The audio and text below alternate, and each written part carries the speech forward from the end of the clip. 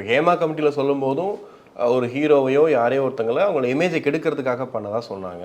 But dance மாஸ்டர்னும் போது இவர் dancers கிட்ட தான் நடந்துக்கிட்டாரு அப்படின்னு சொல்கிறாங்க இல்லையா? இது வந்து சினிமாக்குள்ள ரொம்ப யூஸ்வலாக நடக்குமா சார் இந்த மாதிரி? இல்லை, சினிமா இண்டஸ்ட்ரியில் டான்சர்ஸு, ஆக்ட்ரஸு, டேரக்டர் அந்த மாதிரியான கேட்டகரி இல்லை. அது ஆளுகளை பொறுத்து. டான்ஸை வந்து எப்படி டான்ஸ் மாஸ்டர்கிட்ட வந்து என்ன பண்ணுவாங்கன்னா, எவ்வளோ பெரிய நடிகராக இருந்தாலும் சரி, நடிகையாக இருந்தாலும் சரி, அந்த பாட்டு ஆரம்பிக்கிறதுக்கு முன்னாடி காலில் வந்து ஆசீர்வாதம் வாங்கிட்டு தான் டான்ஸ் போவாங்க. அப்போ சினிமாவில் மட்டும் டான்ஸ் மாஸ்டரே ஒரு குரு ஸ்தானத்தில் வச்சுருப்பாங்க. நீங்கள் மேக்கப் மேன் அந்த மாதிரி தான். மேக்கப் மேன் போடுறப்போ மேக்கப் போடுறதுக்கு முன்னாடி அவர் வந்து ஒரு நெத்தியில் போட்டு வைப்பார். அது இது பண்ணிட்டு தான் பண்ணுவாங்க.